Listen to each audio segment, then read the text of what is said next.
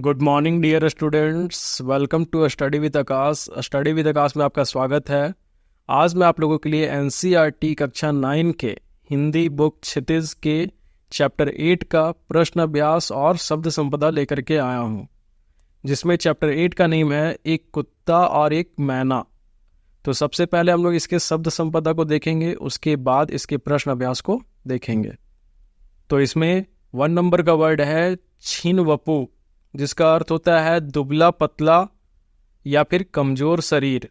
दूसरा वर्ड है प्रगल्भ, जिसका अर्थ होता है वाचाल या बोलने में संकोच ना करने वाला। तीसरा वर्ड है अस्तगामी, जिसका अर्थ होता है डूबता हुआ। चौथा वर्ड है परितृप्ति, जिसका अर्थ होगा पूरी तरह संतोष प्राप्त करना।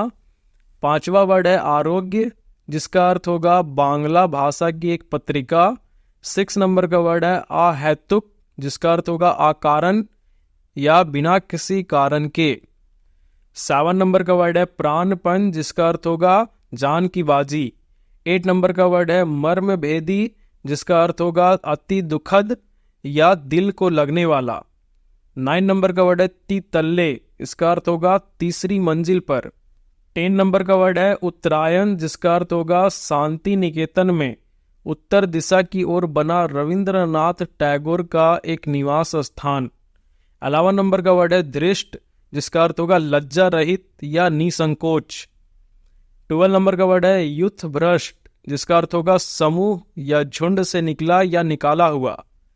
30 नंबर का वर्ड है अपरिसीम, जिसका अर्थ होगा असीमित।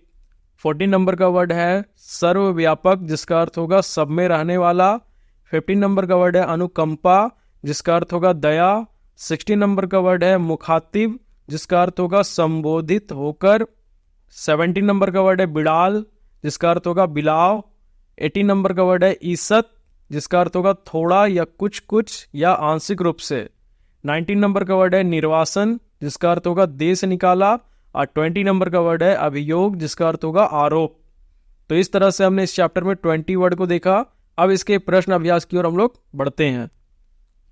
तो इस चैप्टर का पहला प्रश्न है, गुरुदेव ने शांति निकेतन को छोड़ कहीं और रहने का मन क्यों बनाया?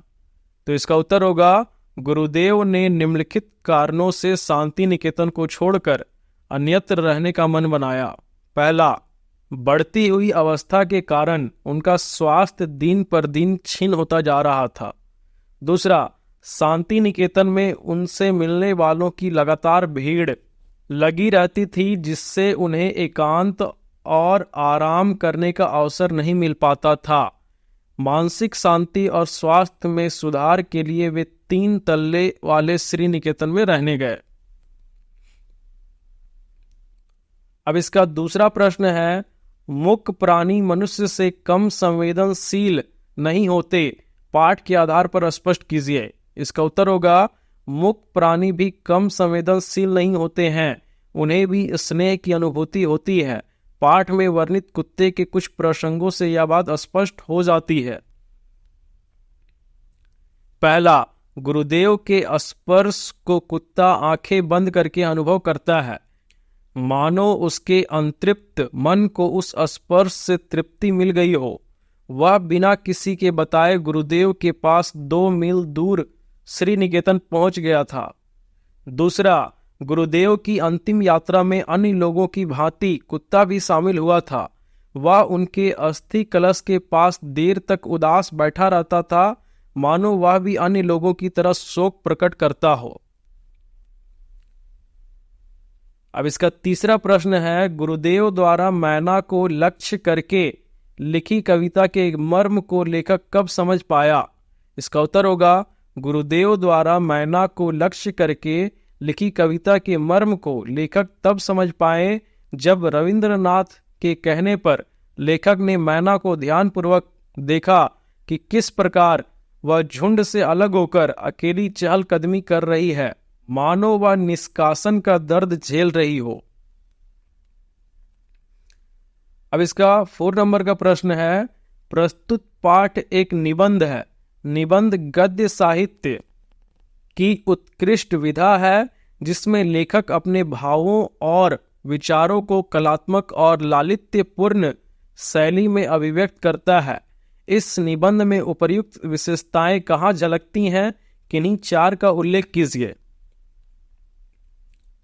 इसका उत्तर होगा, लेखक ने अपने भाव और विचारों को कलात्मक एवं लालित्यपूर्ण शैली में अभिव्यक्त किया है। इस विशेषता को निम्नलिखित स्थानों पर देखा जा सकता है। पहला, आश्रम के अधिकांश लोग बाहर चले गए।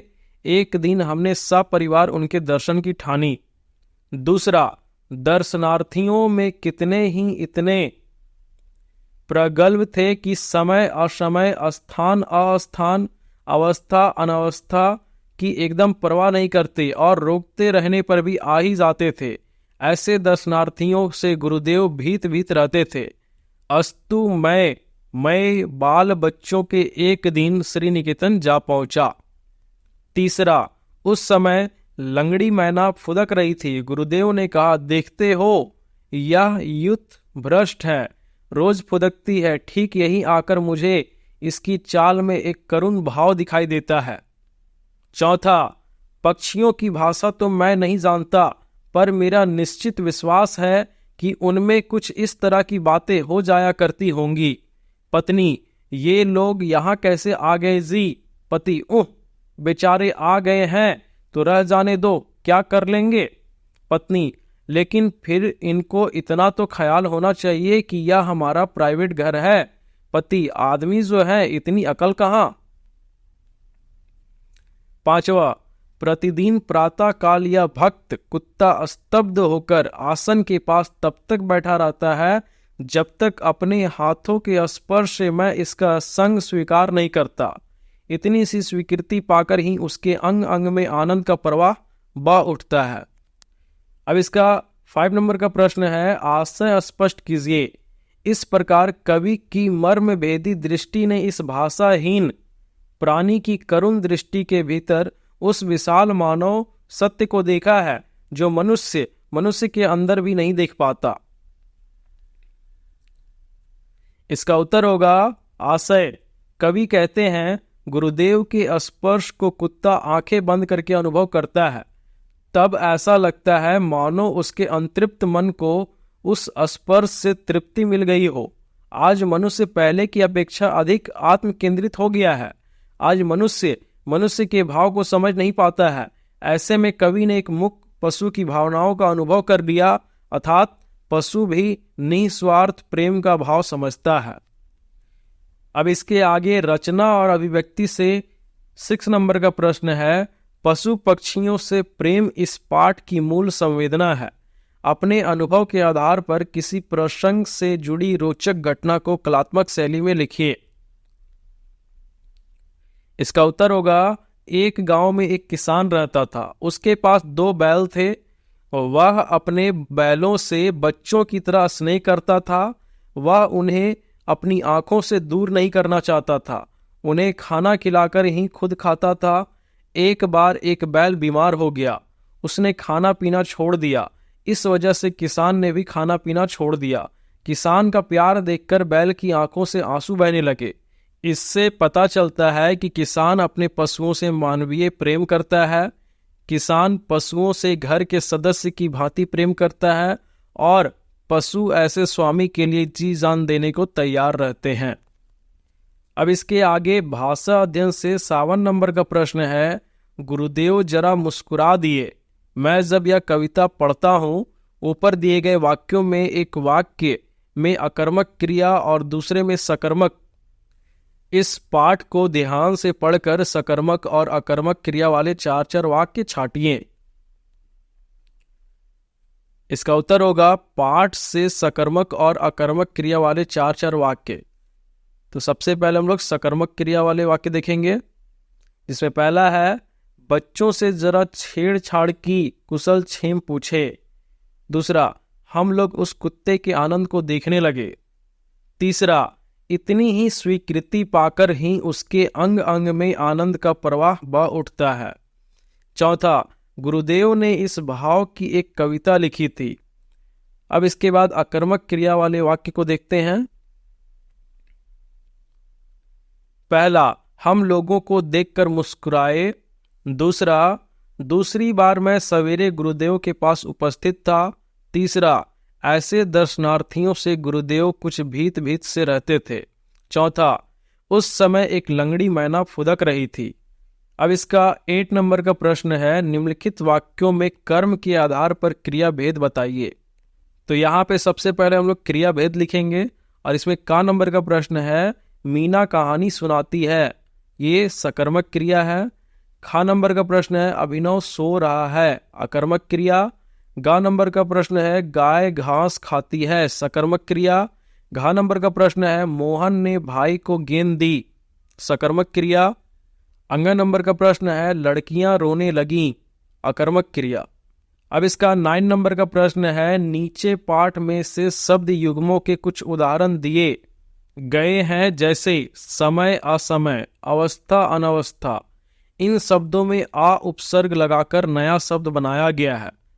पाठ में से कुछ शब्द चुनिए और उनमें आ एवं अन उपसर्ग लगाकर नए शब्द बनाइए। इसका उत्तर होगा, आ उपसर्ग लगाने से बने शब्द चल अचल, प्रचलित अप्रचलित, शांत अशांत, नियमित अनियमित, कारण अकारण, विश्वास अविश्वास, भाव अभाव, मूल्य अमूल्य। अब इसके बाद अन उपसर्ग लगाने से बने शब्द उपयोग अनुपयोग, उपस्थित अनुपस्थित, उद्देश्य अनुद्देश्य, अवस्था अनावस्था। तो इस तरह से आपका ये चैप्टर कंप्लीट होता है। अगर आपको मेरी वीडियो अच्छी लगती है तो अपने दोस्तों के साथ शेयर करें, लाइक करें, कमेंट करें और अगर चैनल पे नए हैं तो चैनल को जल्दी से सब्सक्राइब करें, क्योंकि रोज मैं आपके लिए इसी तरह से नई नई वीडियोस लाता रहता हूं। धन्यवाद।